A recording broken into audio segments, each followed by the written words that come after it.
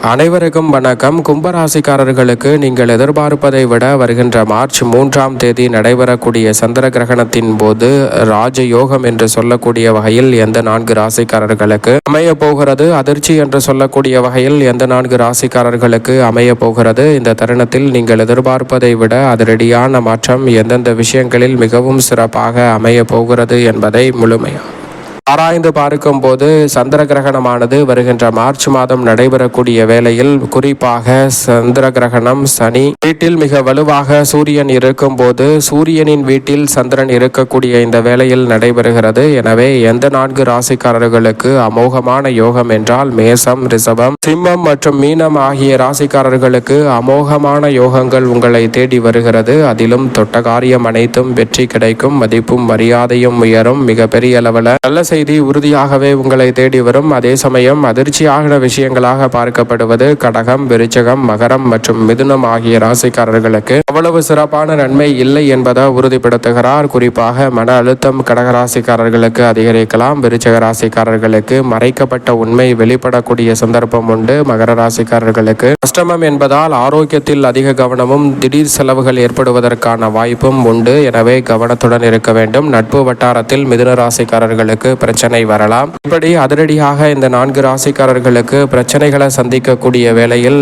உறுதியாகவே கும்பராசிக்காரர்களுக்கு எப்படி இருக்கிறது என்று பார்த்தால் ராஜயோகமும் இல்லை, பாதிப்பும் இல்லை, நடுநிலையான பலனை பெறும் ஒரு ராசியாக தான் பார்க்கப்படுகிறது. ஏனென்றால் பெரிய அளவில் பாதிப்பை சந்திக்கக்கூடிய வகையில் கும்பராசிக்காரர்களுக்கு சந்திரன் இல்லை. ஏனென்றால் சப்தமத்தில் அமர்ந்து ஜென்மத்தை பார்க்கிறார். சந்திரனுடன் கேது இணைந்திருக்கிறார். இந்த வேளையில் ஜென்மத்தில் சூரியன், செவ்வாய், ராகு, சனி என பல கிரகநிலைகள் இணைந்து வலம் வருகின்றன. இதை தொடர்ந்து முழுமையாக சனி பாத சனியாக அமர்கிறார். அதே போன்று சுக்கிரன் உச்சம் பெறுகிறாருங்க. எனவே கும்பராசிக்காரர்களுக்கு நடுநிலையான பலன்கள் கிடைப்பதோடு நன்மை நிறைவாக உங்களை தேடி வருவதற்கான நல்ல வாய்ப்பும் சந்தர்ப்பமும் நிச்சயம் நிறைவாக கிடைக்க போகிறது. மிகப்பெரிய அளவிலான காரிய தடைகள், சிரமங்கள் விலகி நன்மை நிறைந்த வாய்ப்பும் சந்தர்ப்பமும் இந்த தருணத்தில் உங்களை தேடி வருகிறது என்பதில் சந்தேகமே இல்லை. அது மட்டுமல்லாது இந்த தருணத்தில் சந்திர கிரகணம் நடைபெற்றாலும் கூட சப்தமஸ்தானம் என்பதால் எதிர்பார்க்கக்கூடிய நல்ல வாய்ப்புகள் உண்டு. குரு பகவான் மிக வலுவாக 5இல் வலம் வருகிறார். பல கிரகநிலைகளும் சிறப்பான மாற்றத்தை உறுதியாக ஏற்படுத்துவதால் நன்மை நிறைந்த வாய்ப்புகள் உண்டு. மார்ச் 3ஆம் தேதி எப்போது சந்திர கிரகணம் நடைபெறுகிறது என்று பார்க்கும்போது சந்திர கிரகணமானது சிம்ம ராசி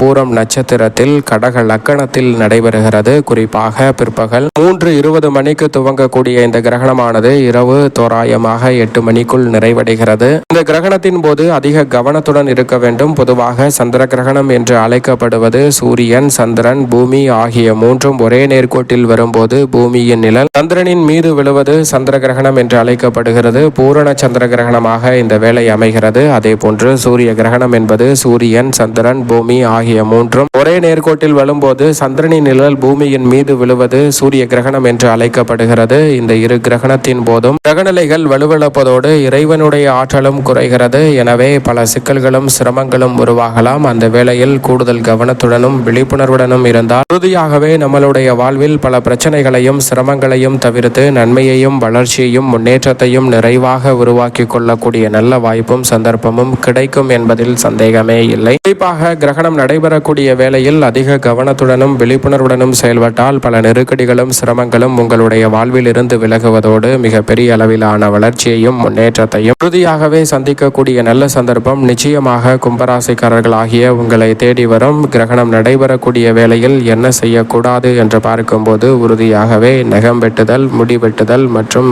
பல சுத்தம் பண்ணக்கூடிய காரியங்களை மேற்கொள்ளுதல், வீடு பராமரித்தல், குளித்தல் போன்ற பணிகளை நிச்சயமாக மேற்கொள்ளக்கூடாது. அதே போன்று கூர்மையான ஆயுதங்களை பயன்படுத்தி செய்யக்கூடிய பணிகளை தவிர்க்க வேண்டும். மிகப்பெரிய இயந்திரங்களில் பணியாற்றக்கூடியவர்கள் கிரகணம் நடைபெறக்கூடிய வேளையில் அதிக விழிப்புணர்வுடனும் கவனத்துடனும் செயல்படுவது கிரகண பாதிப்புகளையும் தோஷங்களையும் விலக்கி நன்மை நிறைந்த வாய்ப்பையும் சந்தர்ப்பத்தையும் நிச்சயமாக ஏற்படுத்தி கொடுக்கும். எனவே கூடுதல் கவனத்துடன் இருப்பது நல்லது. அதே போன்று இந்த கிரகண கிரகணம் நடைபெறக்கூடிய வேளையில் மிக முக்கியமாக மார்க்கெட்டிங் துறையில் இருப்பவர்கள் பயணங்களை மேற்கொள்வதை தவிர்க்க வேண்டும். அதிலும் குறிப்பாக அலைச்சல்களில் கூடுதல் கவனத்துடன் இருக்க வேண்டும். அது மட்டுமல்லாது இயன்றவரை எதிர்மறையான சிந்தனைகளை தவிர்த்து நேர்மறையான சிந்தனையுடன் இறை வழிபாட்டை மேற்கொள்வது சிறந்த பலனை நிச்சயமாக அள்ளி கொடுக்கும். தவறான சிந்தனை 2 மடங்கு பலம் பெறும். எனவே தவறான சிந்தனையை உறுதியாகவே தவிர்க்க வேண்டிய ஒரு தருணமாக கும்பராசிக்காரர்கள் பார்க்கப்படுகிறார்கள். அதோடு மட்டுமல்லாது மாலை வேலை என்பதால் உறுதியாகவே பள்ளிக்கு கல்லூரிக்கு சென்றவர்கள் திரும்பும் நேரமாக அமைவதோடு மட்டுமல்லாது பணிக்கு சென்றவர்களும் வீடு திரும்பும் நேரமாக பார்க்கப்படுகிறது. எனவே பயணங்களை தவிர்க்க முடியாத ஒரு சூழல் ஏற்படும் போது நிச்சயமாக பயணங்களில் கிரகண தோஷத்தை தவிர்க்கக்கூடிய வகையில் உடன் தர்ப்பை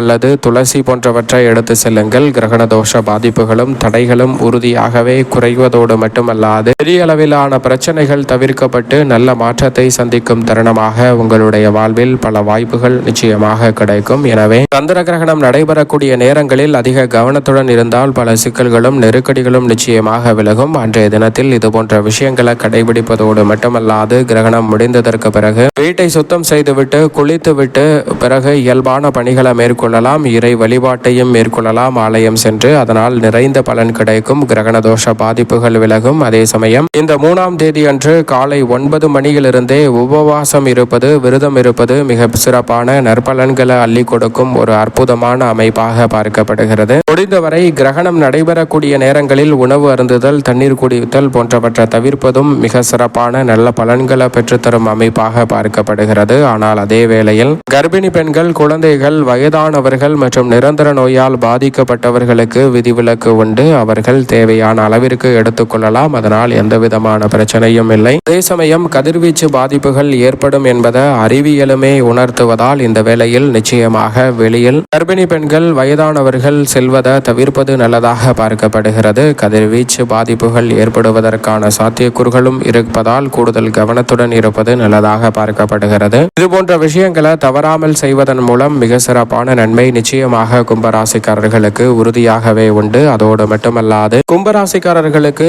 இந்த சந்திர கிரகணம் நடைபெற்றதற்கு பிறகு பல நல்ல வாய்ப்புகள் உங்களை தேடி வருவதற்கான முதன்மையான யோகமும் அதிர்ஷ்ட வாய்ப்புகளும் நிறைவாக கிடைக்கிறது. எனவே தவறவிடாமல் பயன்படுத்திக் கொள்ளுங்கள். பெரிய அளவிலான சிக்கல்களும் நெருக்கடிகளும் விலகும். கிரகணம் முடிந்ததற்கு பிறகு அரசாங்கத்தால் எதிர்பார்க்கக்கூடிய மிக பெரிய அளவிலான நலத்திட்டங்களை செயல்படுத்துவதோடு மக்கள் பெரிதும் இன்புறக்கூடிய வகையில் மிக அதிரடியான வாய்ப்புகளும் சந்தர்ப்பங்களும் உறுதியாகவே கிடைக்க போகிறது. அதோடு மட்டுமல்லாது கும்பராசிக்காரர்களுக்கு நினைத்தது ஒன்று நடந்தது ஒன்று என்று இருந்த சூழலில் 7.5 சனியின் பாதிப்பும் பெரிய அளவில் குறையக்கூடிய தருணமாக அமைய போகிறது. சுக்கிரனின் உச்சம் என அதிரடியான மாற்றம் நிகழ்வதால் அமோகமான வாய்ப்புகள் உங்களை தேடி வரும். ஆனால் இயற்கை சார்ந்த சில பிரச்சனைகளை சந்திக்கக்கூடிய சந்தர்ப்பம் உண்டு. அதே சமயம் பங்குச்சந்தை முதலீடு போன்றவற்றில் அதிக கவனத்துடன் இருப்பது பெரிய அளவிலான நெருக்கடிகளை தவிர்த்து நல்ல மாற்றத்தை ஏற்படுத்தி கொடுக்கும். மேலும் சாதகமாக மாற்றிக்கொள்ள வேண்டும் என்றால் அன்றைய தினத்தில் காலை 9 மணியிலிருந்தே உபவாசம் இருப்பது விரதம் இருப்பது உங்களுடைய வாழ்வில் சிறப்பான பலனை நிச்சயமாக கும்பராசிக்காரர்களுக்கு அள்ளி கொடுக்கும். விபரீதமான பலன்களை பெறுவதோடு நன்மை நிறைந்த வாய்ப்புகளை மேம்படுத்தக்கூடிய சந்தர்ப்பம் உண்டு.